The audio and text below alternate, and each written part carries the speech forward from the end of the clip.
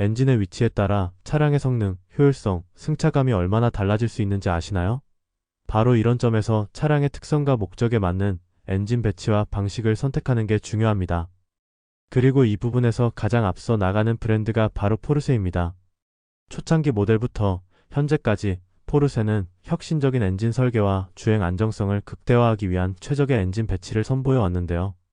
그렇다면 엔진의 배치 방식에 따라 어떤 명칭으로 구분되는지, 그리고 포르쉐가 사용하는 엔진의 종류와 배치 방식은 무엇인지 지금부터 하나씩 알아보겠습니다. 포르쉐는 엔진을 다양한 위치에 배치하는 독창적인 설계를 자랑합니다. 특히 포르쉐 역사의 상징인 911은 엔진을 차량의 뒤쪽, 즉 엉덩이에 배치하고 뒷바퀴를 구동하거나 네 바퀴를 모두 구동하는 방식을 사용합니다.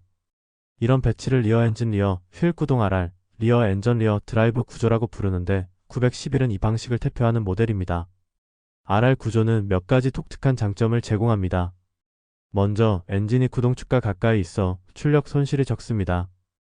또한 엔진의 무게가 구동축에 실리면서 접지력이 향상되고 차량의 앞쪽이 가벼워져 조향 성능이 뛰어나게 됩니다.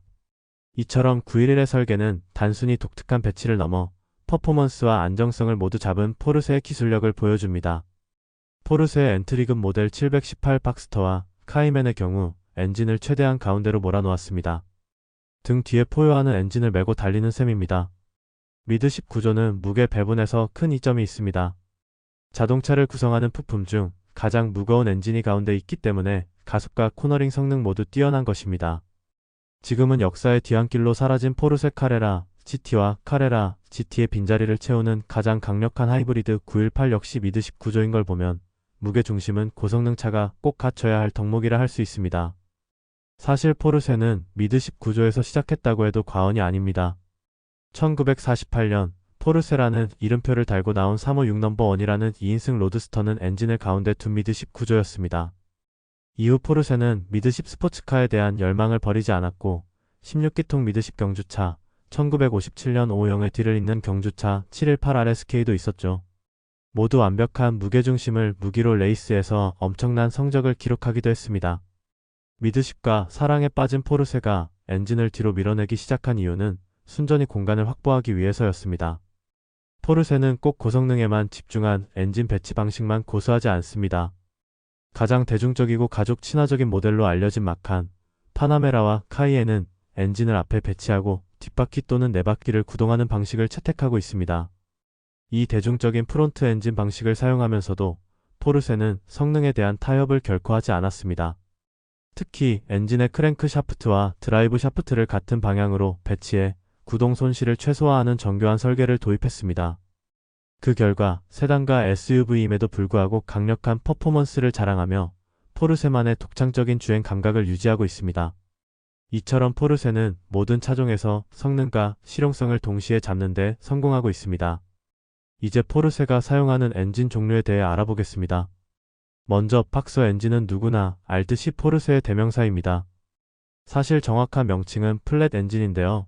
이 엔진은 세로로 서 있는 피스톤을 180도로 눕혀서 배치한 구조를 가지고 있습니다. 박서 엔진이라는 이름은 가로로 움직이는 피스톤이 마치 복서가 펀치를 날리는 모습과 비슷해 붙여졌다고 합니다. 플랫 엔진은 911과 718 모델에 탑재되며 911은 주로 플랫 6 엔진을 중심으로 구분됩니다. 여기서 중요한 점은 터빈을 붙인 엔진과 붙이지 않은 엔진으로 나뉘는데요.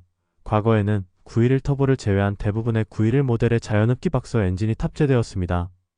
그러나 지금은 911 GT3을 제외한 대부분의 911 모델에 터보차저가 장착되어 있습니다. 포르쉐가 박서 엔진을 고집하는 이유는 바로 무게 중심에 있습니다. 일반적인 엔진은 피스톤이 상하 운동을 하면서 폭발을 일으키기 때문에 높이가 높은 구조를 가집니다. 이런 구조는 고성능 모델에게는 상당히 불리한 점이 될 수 있죠.